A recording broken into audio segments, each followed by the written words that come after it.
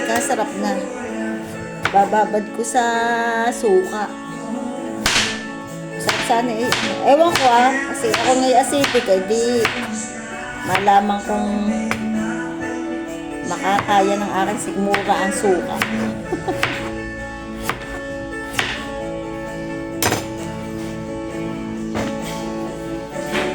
I don't wanna talk about ere ewan ko ba kung basta ring papaya nila ibinili ko.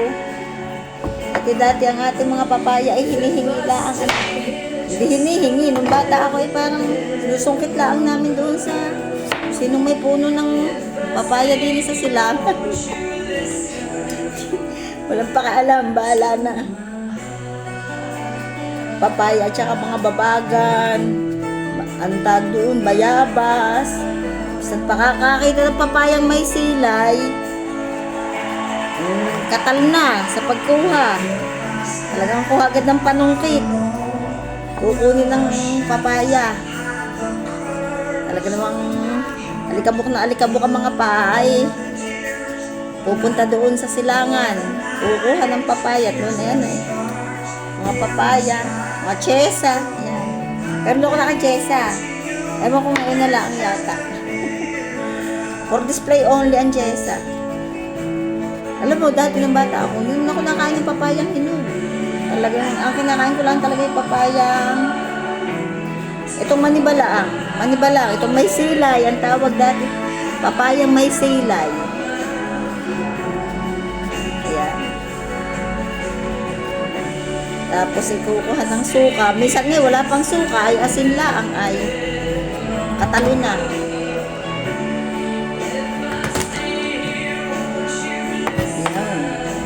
Kahit asin laang na isasawsaw sa asin, nakaw, latiti ng asin sa kamay, tapos sasawsaw rin papaya.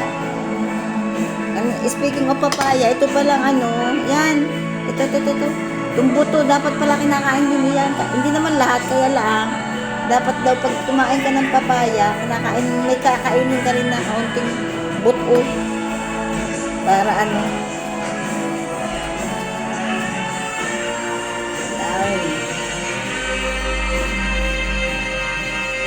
ibang papayang iring halimbawa kailangan pa pang ugasan.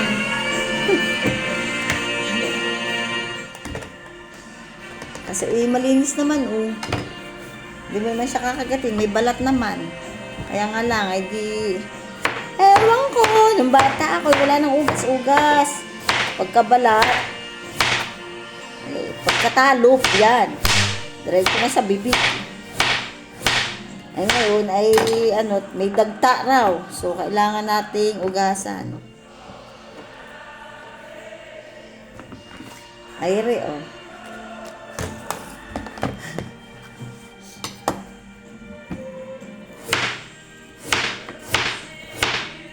Nakailang ikot ako doon sa sa may upli Ang nakita ko yung may tindang papaya. Meron doon hinog na.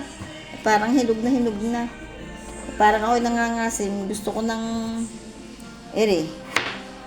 ewan ko, ako'y acidic. So, malaman. Nalagyan ko ng suka, Siguro maghihiwalay ako ng may suka at saka ng wala. Sa bagay, meron naman na rin ang antacid. May caramel ice naman ay. Ayan.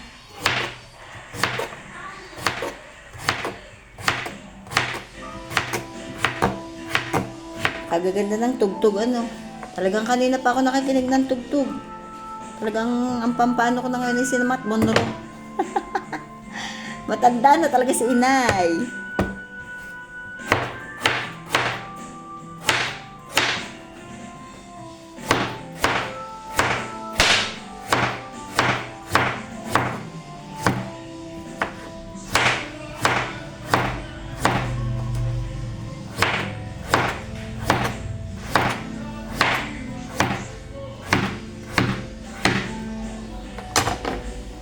Parang kalabasa. Ugasan muna. Ugasan muna natin. Anin muna natin mga balat.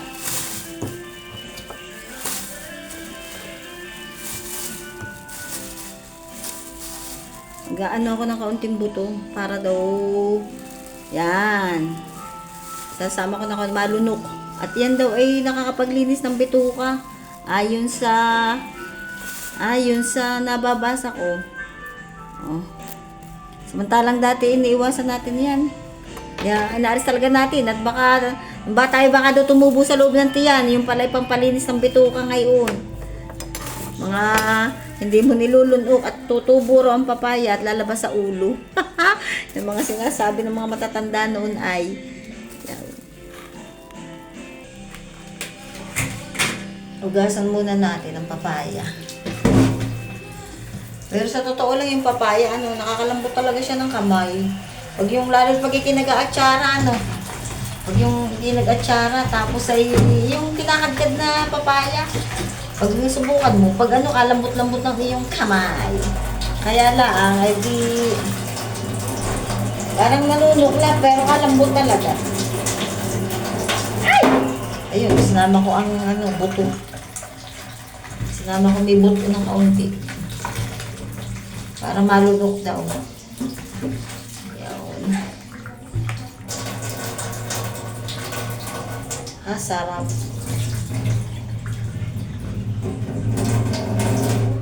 Malambot siya ng kamay, oh. Fairness, hindi pa yun hindi pa yun masyadong, basta yung, pag yung sa atsara, yung ganda atsara, di ba hindi ginagayon? Pag kinamay-kamay mo yun. Tapos di tapos na pagka nararamdaman mo talagang amo na malambot ang iyong kamay. Ay, sayang buto. Ay! Tambay.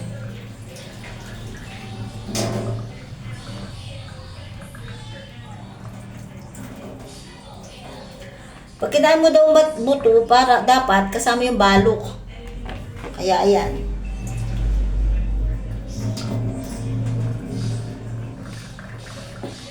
Ayan na ang papaya. Malinis na.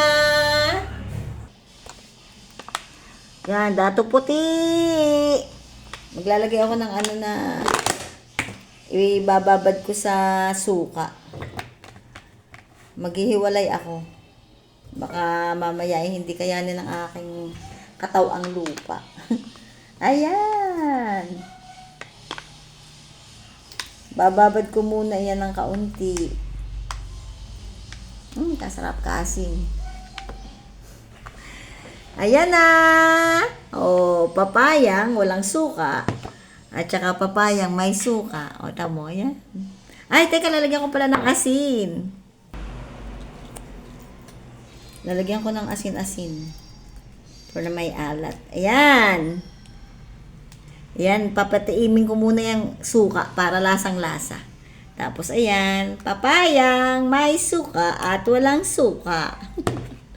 Kakainin na mamaya, kakain muna at baka sikmurain. Kakain muna ako ng tanghalian at baka ako sikmurain naman ng bonggang-bongga. Kain na na!